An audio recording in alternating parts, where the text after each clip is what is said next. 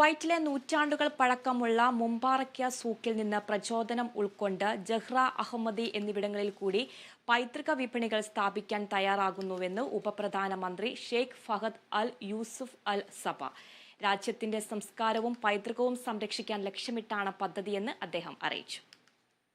കുവൈറ്റിലെ നൂറ്റാണ്ടുകൾ പഴക്കമുള്ള മുബാറക്കിയ സൂക്കിൽ നിന്ന് പ്രചോദനം ഉൾക്കൊണ്ട് ജഹ്റ അഹമ്മദി എന്നിവിടങ്ങളിൽ പൈതൃക വിപണികൾ സ്ഥാപിക്കുമെന്ന് ഒന്നാം ഉപപ്രധാനമന്ത്രി ഷെയ്ഖ് ഫഹദ് അൽ യൂസുഫ് അൽ സബ വ്യക്തമാക്കി. രാജ്യത്തിന്റെ സാംസ്കാരികവും പൈതൃകവുമായ അടയാളങ്ങൾ സംരക്ഷിക്കുവാനും പ്രോത്സാഹിപ്പിക്കുവാനും ലക്ഷ്യമിട്ടുകൊണ്ടാണ് ഈ പദ്ധതി നടപ്പിലാക്കുന്നത് എന്നും അദ്ദേഹം അറിയിച്ചു. ജഹ്റയിലെ ചരിത്രസ്ഥലമായ റെഡ് പാലസ് സന്ദർശിച്ചപ്പോൾ ജഹ്റയിലും അഹമ്മദിയിലും മുബാറക്കിയയ്ക്ക് സമാനമായ പൈതൃക വിപണികൾ സൃഷ്ടിക്കാനുള്ള സർക്കാരിന്റെ ഉദ്ദേശലക്ഷ്യം ഷെയ്ഖ് ഫഹദ് അൽ യൂസുഫ് പങ്കുവച്ചു. മുബാറക്കിയുടെ സാംസ്കാരികവും സാമ്പത്തികവുമായ പ്രാധാന്യം തിരിച്ചറിഞ്ഞ് കുവൈറ്റ് അമീർ ഈ സംരംഭത്തെ പ്രോത്സാഹിപ്പിച്ചതായി അദ്ദേഹം എടുത്തു പറഞ്ഞു. രാജ്യത്തെ ഏറ്റവും പഴക്കമേറിയതും ഊർജ്ജസ്വലവുമായ സൂക്കുകളിലൊന്നായി കുവൈത്തിന്റെ ചരിത്രത്തിൽ മുബാറക്കിയ ഓൾഡ് മാർക്കറ്റിന്റെ ഒരു പ്രത്യേക സ്ഥാനമുണ്ട്.